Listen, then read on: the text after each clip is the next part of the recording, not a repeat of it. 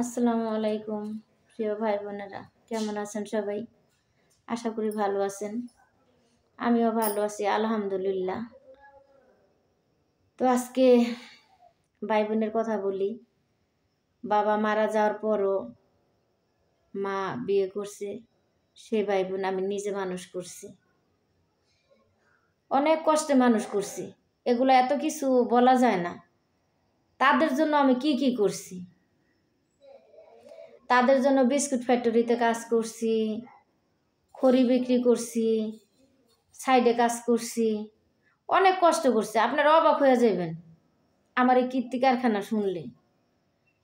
Last পর্যন্ত বিদেশ করলাম ভাই বোনের সুখের জন্য, যে মার 3 শতক জমি, 3 শতক জমির ভিতরে আমরা যদি ভাই বোনে মিল্লা ফাউন্ডেশন দেই, আমরা শান্তিতে থাকতে পারবো, সবাই মিলে একত্রে থাকতে পারবো। কারণ আমাকে মাথার ছাতি নেই, আমাদের বাবা নেই। তো আমার মা, যদিও আমার বাবা মারা যাওয়ার পরে সে আরো বিয়ে করছে, কিন্তু কেউ বাইসা নাই পৃথিবীতে, সবাই মারা গেছে। তো আমরা ভাই বোনেরা এটাই চাইছিলাম। তো আমার ভাই বলছিল, আমার ভাই ফারুক, ও বলছিল যে 5 তলা ফাউন্ডেশন করে ভাই 2 তলা নিব, আর 3 বোনে 3 তলা নিব, 5 তলা করব। আমি দুঃখ মনে করি নাই, যে ভাইয়া যেটা কয় সুন্দর কথা, কোনো কিছু তো আমি দুঃখ মনে করি নাই। তার প্রত্যেকটা কথা আমি মাইনা নিছি। ভাই সুন্দর কথা কইছে, যদিও টাকা আমি পাঠাইছি, আমি বিদেশ করছি, আমি টাকা দিছি, আমি সব কিছু করছি, কিন্তু ভাই এইভাবে হিসাব করছে। হ্যাঁ খুশি, আমার একটা ভাই।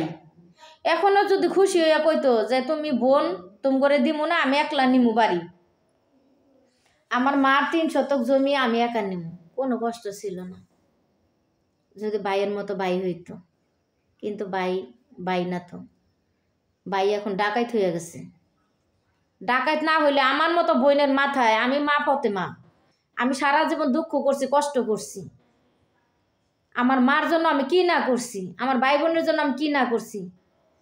কোনোদিন একজোড়া নতুন জুতা পরতে পারি নাই, পুরান জুতা তো পাই নেই জীবনে, একজোড়া জুতা কিনা পরতে পারি নাই, আমি একটা ভালো জামা কাপড় পরতে পারি না, মানুষের জামা কাপড় পরে আমি বড় হয়েছি।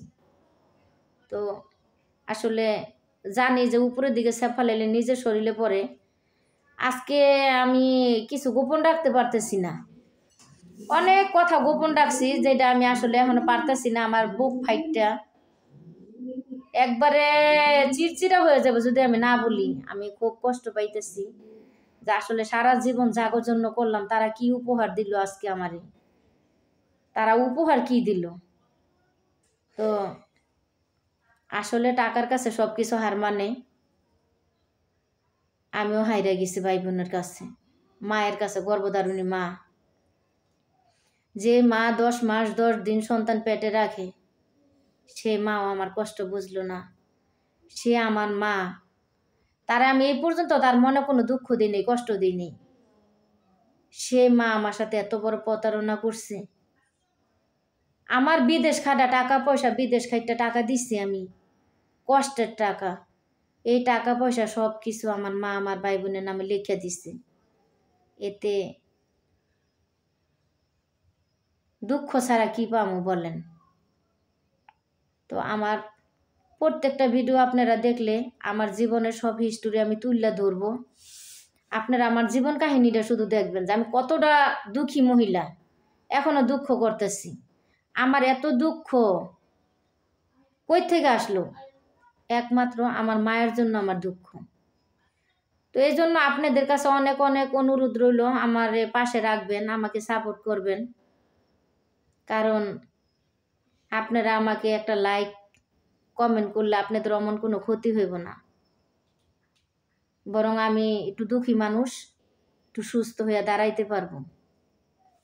তো আল্লাহর কাছে দোয়া করি আপনারাও ভালো থাকেন, সুস্থ থাকেন, সবাই আমার মতো ভুল করবেন না। আমি যে ভুলটা করছি, সারা জীবনে সাধনা ভাই বোনের হাতে, মায়ের হাতে উঠাই দিছি। আজকে ভাই বোন আমার কি উপহার দিল? এক বুক কষ্ট, যন্ত্রণা, যেটা কারো কাছে বলাও যায় না, সহ্য করা যায় না। তো আজকে আমি ভিডিও করি, ভিডিওতে হয়তো প্রকাশ করি, আপনারা যাচাই করে দেখেন আমি কতটা সত্যি বলি। অবশ্যই যাচাই করবেন, আমার ঠিকানা তো প্রত্যেকটা ভিডিওতে দেওয়া আছে।